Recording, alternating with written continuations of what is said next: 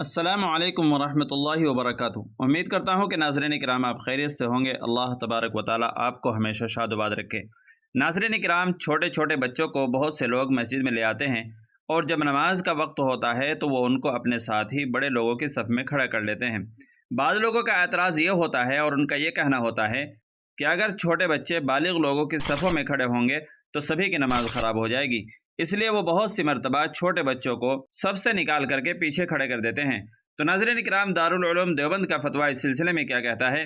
کیا ایسا کرنا جائز ہے؟ اور اگر چھوٹے بچے بڑے لوگوں کی صف میں کھڑے ہو گئے تو کیا حقیقتاً سب لوگوں کی نماز خراب ہو جائے گی یا جس کے پاس وہ کھڑا ہوا ہے اس کی نماز خراب ہو جائے گی؟ تو چلیے دارالعلوم دیوبند کا فتویٰ دیکھ لیتے ہیں۔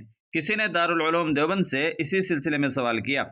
سوال اور جواب تھوڑا لمبا ہے، اس لیے آپ سے گزارش ہے کہ ویڈیو کو آخر تک دیکھتے رہیے گا، اور چینل پر پہلی بار آئے ہوں تو ہمارے چینل کو آپ سبسکرائب بھی کر لیجیے گا۔ چلیے پھر بلا تمہید کے دیکھ لیتے ہیں دارالعلوم دیوبند سے سائل نے کیا سوال کیا ہے۔ ناظرین کرام، پہلا سوال یہ کیا ہے، کیا فرض نماز میں نابالغ لڑکے کو بڑوں کے ساتھ کھڑے نہیں ہونا چاہیے؟ نمبر 2، اگر نابالغ لڑکا بڑوں کے ساتھ فرض نماز میں کھڑا ہو جائے تو اس کا کیا حکم ہے؟ نمبر 3، کیا نابالغ لڑکے کو نماز کی حالت میں صف میں سے ہٹا سکتے ہیں؟ سوال نمبر 4، اکثر مسجد میں اس بات پر اختلاف رہتا ہے کہ بچوں کو نہیں ہٹانا چاہیے، براہ کرم اس موضوع پر تفصیل سے بتائیں۔ تو ناظرین کرام، اب دیکھ لیتے ہیں دارالعلوم دیوبند نے اس سلسلے میں کیا جواب عنایت فرمایا ہے۔ بسم اللہ الرحمن الرحیم۔ پہلے سوال کا جواب دیا ہے، اگر نابالغ یعنی سمجھدار لڑکے ایک سے زائد ہوں تو مردوں کے پیچھے ان کی مستقل صف بنائی جائے، اور اگر صرف ایک لڑکا ہو تو وہ مردوں کی صف میں کہیں کنارے کھڑا ہو جائے، اسے مردوں کی صف سے الگ کھڑے ہونے کی ضرورت نہیں ہے۔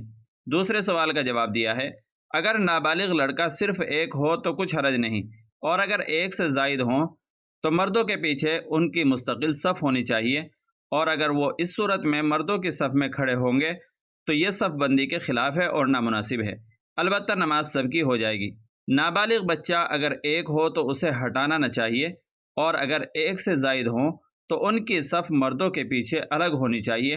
باقی اگر وہ مردوں کی صف میں کھڑے ہو گئے تو انہیں نماز کی حالت میں ہٹانے کی ضرورت نہیں ہے۔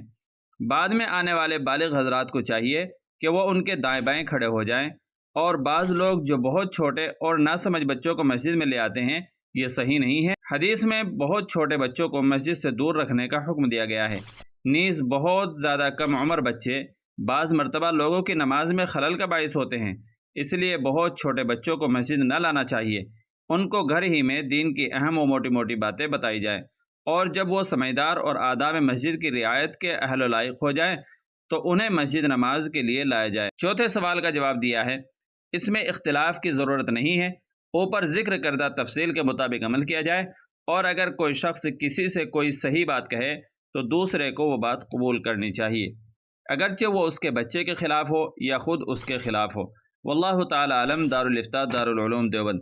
تو ناظرین کرام، پوری ویڈیو دیکھنے کے بعد امید ہے کہ مسئلہ آپ کے سامنے پوری طرح واضح ہو گیا ہوگا، اور ویڈیو اچھی لگی ہو تو لائک اور شیئر کر دیجیے گا، اور چینل پر پہلی بار آئے ہوں تو سبسکرائب بھی کر لیجیے گا۔ چلیے پھر ملتے ہیں اگلی کسی دوسری ویڈیو میں، تب تک آپ سے دعاؤں کی درخواست ہے۔ السلام علیکم ورحمۃ اللہ وبرکاتہ۔